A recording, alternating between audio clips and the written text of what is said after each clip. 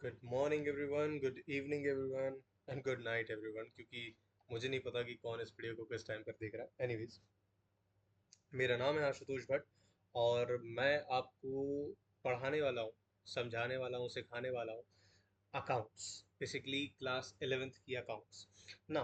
The thing is कि class 11th की accounts basically बहुत इजी है।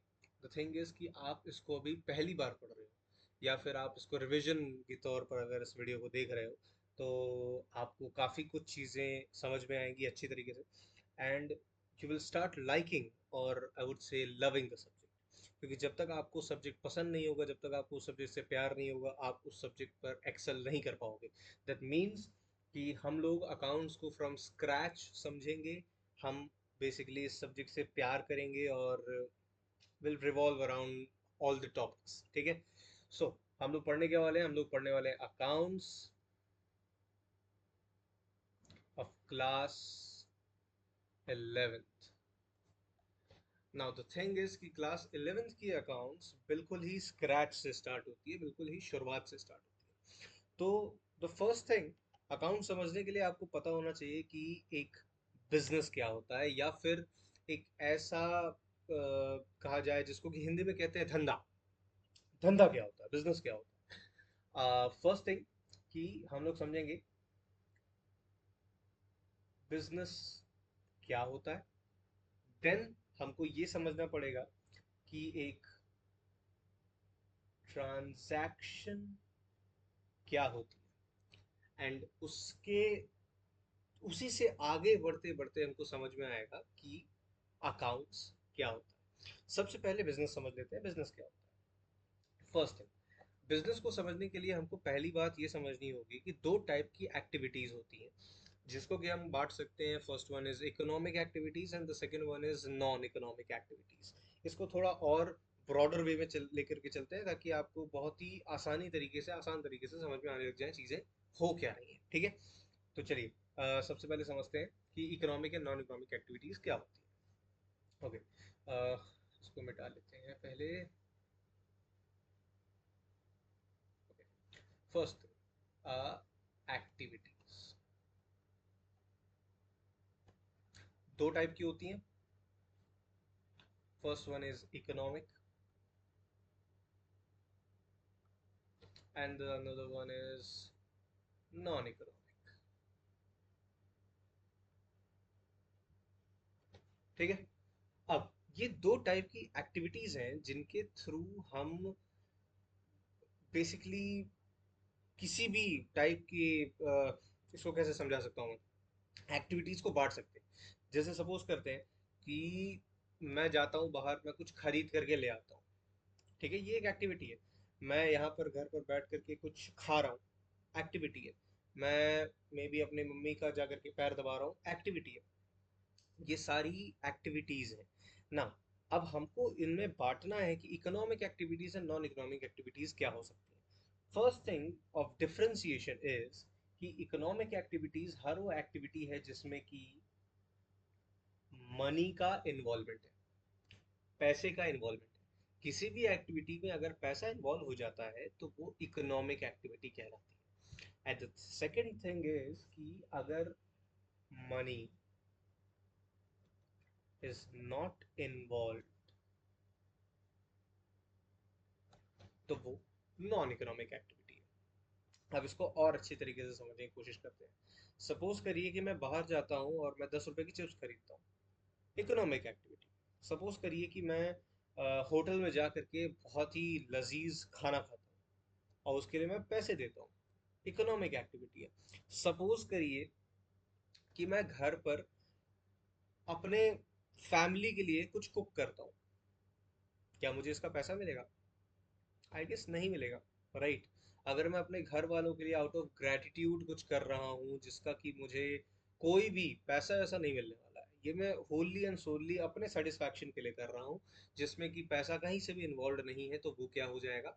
नॉन इकोनॉमिक एक्टिविटी हो जाएगा। सो आई वुड कंक्लूड कि आपको एक्टिविटीज में जो दो टाइप की एक्टिविटीज हैं वो समझ में आ गई होगी कि इकोनॉमिक एक्टिविटी क्या होती है, नॉन इकोनॉमिक एक्टिविटी क्या होती है।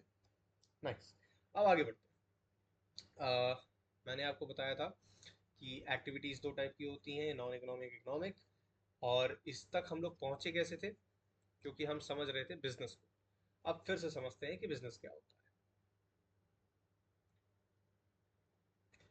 बिजनेस का मेन टर्म है कि ये एक इकोनॉमिक एक्टिविटी।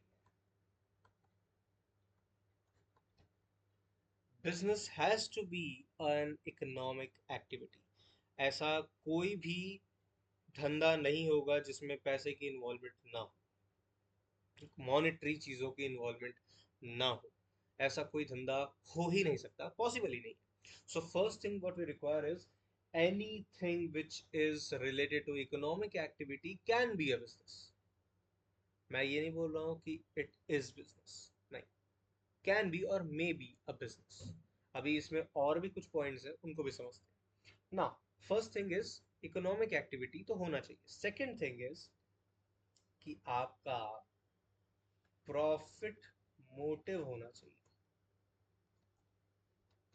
भाई प्रॉफिट मोटिव क्या होता है? सिंपल है, मोटिवेशन टू अर्न प्रॉफिट। आपको मेन जो आपका ऑब्जेक्टिव होना चाहिए, जो आपका मेन फंक्शन होना चाहिए एक बिजनेस का, वो होना चाहिए टू अर्न प्रॉफिट्स। पैसा कमाना, पैसा बनाना। समझ रहे हो आप बात को? आप ऐसा कोई भी इस दुनिया में, संसार में बिजनेसमैन नहीं है जो कि बिजनेस करना चाहता है और बोलता है कि मैं प्रॉफिट नहीं कमाना चाहता। ये बहुत ही अजीब चीज हो जाती है। हाँ, वो अलग चीज़ है, सेक्शन 8 कंपनीज आएंगी जिसमें कि नॉन प्रॉफिट ऑर्गेनाइजेशंस आती हैं। दैट इज टोटली डिफरेंट, उसमें भी हम लोग आएंगे, समझेंगे उसको भी क्या होता है। बट फर्स्टली, ऐसा कोई धंधा हो ही नहीं सकता, कोई बिजनेस नहीं हो सकता जिसमें कि प्रॉफिट मोटिव ना हो। So this has to be the main agenda of a business, that you have to earn profits. Now, तीसरी चीज क्या होती है कि it has to be regular. Business वो एक ऐसी चीज है, एक ऐसी घटना है, या फिर एक ऐसा, मैं कहूँ, एक्टिविटी है जिसका कि रेगुलर होना बहुत जरूरी है। अगर बिजनेस, या फिर मैं ये कहूँ कि कोई भी ऐसा धंधा रेगुलर नहीं है, तो वो धंधा ही नहीं है। सपोज करते हैं कि मेरे पास घर पे मेरी बाइक है, मैंने उस बाइक को बेचा।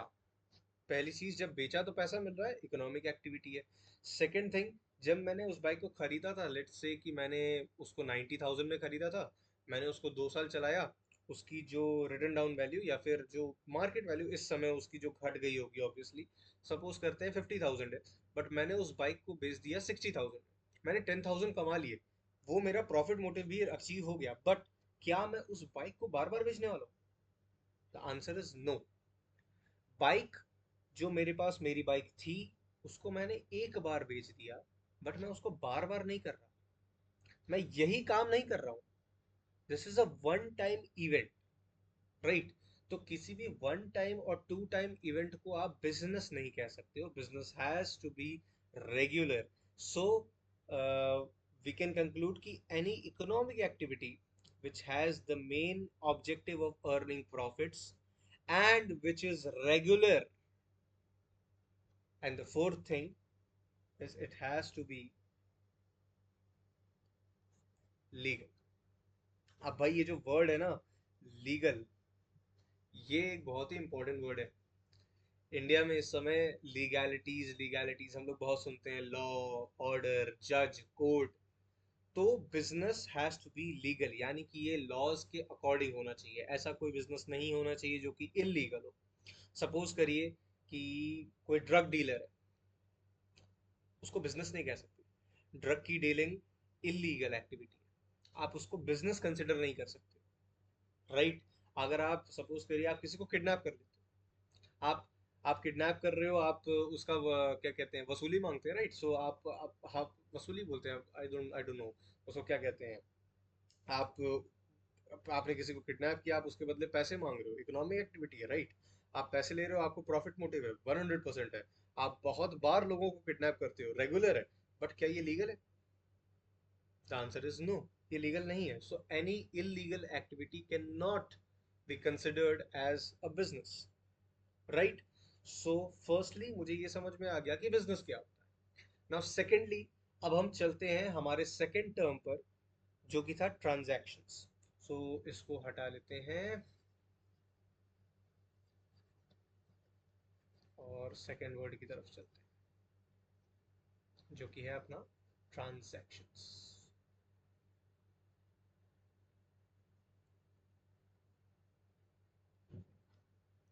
अब ट्रांजैक्शन क्या हो सकता है, इसका एक सिंपल सा डेफिनेशन है, पहले मैं वो लिख देता हूँ, फिर उस डेफिनेशन से समझने की कोशिश करते हैं कि ये क्या हो सकता है।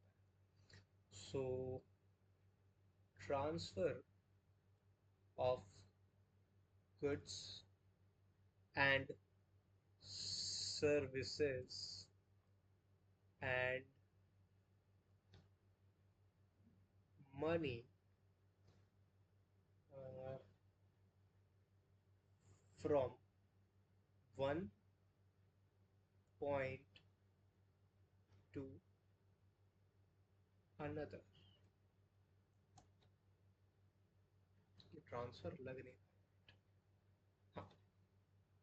So transfer of goods and services and money from one point to another, and please bear with me, मैं पहली बार पेन टैब का इस्तेमाल कर रहा हूँ, सो राइटिंग थोड़ी सी खराब, थोड़ी क्या बहुत ज़्यादा खराब बन रही है, and I am really sorry about that.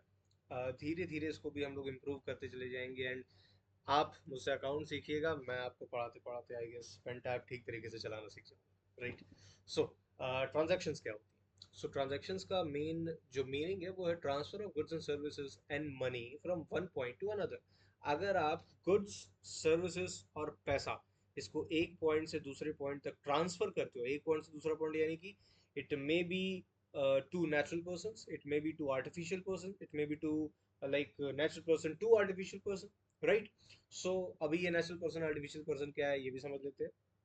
अगर आप बायोलॉजिकल बीइंग हो, अगर आप इंसान हो, अगर आप में जिंदगी है, अगर आप में लाइफ है, तो आपको नेचुरल पर्सन माना जाता है। अदरवाइज अगर आपको लॉ ने क्रिएट किया है, सच एज कंपनीज, कंपनीज को लॉ क्रिएट करती हैं, आप कंपनीज को रजिस्टर करते हो यूजिंग लॉज, तो वो एक आर्टिफिशियल पर्सन के अंडर आता है, ठीक है। सो द थिंग इज कि एक पॉइंट से दूसरे पॉइंट में अगर गुड्स एंड सर्विसेज का ट्रांसफर हो रहा है या फिर उसके बदले पैसों का ट्रांसफर हो रहा है, तो इसको एक ट्रांजैक्शन कहा जा सकता है, राइट। नाउ आज के लिए हम लोग इस क्लास को बहुत ही छोटा रखेंगे, सिंपल रखेंगे। आई गेस 12 मिनट की क्लास है। आज हम लोगों ने दो मेन बहुत ही बेसिक और सिंपल टर्म्स को समझा। पहला था बिजनेस एंड दूसरा था transactions. Now what I want from you guys कि अगर आप मुझसे रेगुलरली पढ़ने वाले हो, सो आई वुड गेस कि आप एक कॉपी बना लो, ठीक है। एक नोटबुक बना लो प्यारी सी, उस नोटबुक में सारे नोट्स भी लिखते चलेंगे, सारे कंसेप्ट लिखते चलेंगे, प्लस जो मैं छोटे मोटे होमवर्क्स देता रहूँगा अब हम लोग वो भी लिखते चलेंगे। सो सो दैट आपका एक लय बना रहे, आप छूटे ना पीछे। And consistency is the key, the main thing to study in a right manner is consistency plus your hard work along with some kind of a smart work, ठीक है। आपको अपने बुद्धि का भी प्रयोग करना है, आपको हार्ड वर्क भी करना है, कंसिस्टेंट रहना है। ये तीन चीजें अगर आप रखोगे अपने साथ, अपने प्रिंसिपल्स में जोड़ोगे, तो आप बहुत अच्छी तरीके से किसी भी सब्जेक्ट को पढ़ सकते हैं। खासकर अकाउंट्स को आप बहुत अच्छी तरीके से पढ़ सकते हो। अभी आज के लिए आपका होमवर्क क्या है, आपको करना कुछ नहीं है, बिजनेस और ट्रांजैक्शन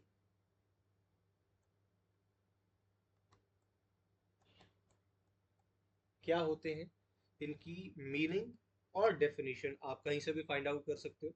आप गूगल कर सकते हो, आप बुक से रेफर कर सकते हो, आप एआई से पूछ सकते हो, कहीं से भी आप इन दोनों की मीनिंग एंड डेफिनेशंस को फाइंड आउट करिए, थोड़ा रिसर्च करिए इनके ऊपर। आपको जो एक बढ़िया डेफिनेशन मिलती है आप उसको नोट डाउन करिए और नोट डाउन करके रखिए। एंड आई वुड सजेस्ट कि मैं एक टेलीग्राम ग्रुप बना दूंगा जिसका लिंक आई गेस डिस्क्रिप्शन में दे दूंगा। अभी उसके बारे में कुछ सोचा नहीं है, but I would do some kind of thing like, अगर एक ग्रुप बन जाए जिसमें कि आप लोग डाउट्स भी पूछ सकते हो, आप अपने होमवर्क्स मुझे भेज सकते हो एंड वगैरह वगैरह, ठीक है। तो अगर कुछ ऐसा रहेगा, एक ऐसा इकोसिस्टम बना सकते हैं अपन जिसमें कि अच्छी तरीके से एक बहुत ही वेल सेंटर्ड मैनर के हिसाब से हम पूरे इस अकाउंट्स को धीमे धीमे करके समझ जाएं और किसी तरीके से और किसी तरीके से या अच्छी तरीके से हमारी नैया पार हो जाए, right. So I would suggest कि धीमे धीमे चलेंगे, आराम आराम से चलेंगे और बहुत बढ़िया तरीके से चलेंगे। तो पहले आपका ये दोनों काम है, आपको ये दोनों का जो है लिख करके आना है, व्हाट इज मीनिंग और डेफिनेशन। डेफिनेशन, ठीक है। ये है आज का आपका होमवर्क एंड आई वुड से कि आप कर लोगे, मतलब ये बहुत सिंपल है। आज डेट क्या है? आज है 30/4/2025। सो ये है आज का होमवर्क जो कि मैं एक्सपेक्ट करता हूँ कि आप सब करके लाओगे। आप इसके मीनिंग डेफिनेशन लिख लीजिएगा एंड उसके बाद हम लोग आगे बढ़ेंगे और कल समझेंगे कि अकाउंट्स क्या होता है एंड उसके कुछ बेसिक टर्मिनोलॉजीज हैं उनको भी समझने की कोशिश करेंगे धीमे धीमे and we would complete this whole chunk beautifully and very nicely. So आज के लिए इतना ही काफ़ी है दोस्तों। होप करता हूँ आपको वीडियो पसंद आई हो। ये मैं पहली बार ऐसे कर रहा हूँ, ये सेटअप बिल्कुल नया है मेरे लिए। मैंने इस तरीके से कभी पढ़ाया नहीं है and this is quite new for me. But I am guessing कि हम लोग अच्छी तरीके से इसको कंटिन्यू कर पाएंगे और ये बढ़िया रहेगा, अच्छा रहेगा और हम सब इससे कुछ ना कुछ सीखेंगे अच्छी तरीके से and we will success in our lifes, ठीक है। So thank you for watching this video. आपका मन हो सब्सक्राइब कर देना यार। अगर आगे बढ़ना है तो लाइक कर देना इस वीडियो को, ताकि मुझे भी थोड़ा मोटिवेशन मिलता चला जाए, है ना। मज़ा आएगा, पढ़ेंगे, साथ में पढ़ेंगे और बढ़िया नंबर से पास होंगे। नाइस। एंड हाँ, बाय द वे, ये सीबीएसई आईसीएसई सबके लिए बेसिकली। अगर आप स्टेट बोर्ड के हो तब भी आप पर लागू होता है। So you don't need to worry about that, ठीक है। आपका जो कंसेप्ट है वो सेम रहेंगे, भले ही आपके बोर्ड भले ही चेंज हो जाए, ठीक है। आप आईसीएसई हो, सीबीएसई बोर्ड से हो, किधर से भी हो, इट डजेंट मैटर। आपका जो कंटेंट है, जो मेन कंसेप्ट है, वो सारे same. So don't need to worry about that कि ये किसके लिए किसके लिए नहीं है। हाँ, कुछ ऐसे टॉपिक्स हो सकते हैं जो कि लाइक ओवरलैप नहीं करते हैं दोनों या तीनों बोर्ड्स में। तो मैं उसके लिए सर्टेनली अलग अलग वीडियोस बना दूंगा कि सीबीएसई में किसी ऐसी चीज़ की क्या ट्रीटमेंट हो सकती है, आईसीएसई में किसी एक एडजस्टमेंट की क्या ट्रीटमेंट हो सकती है and we will like do that. It's very simple for us. Thank you for watching this video. Bye bye.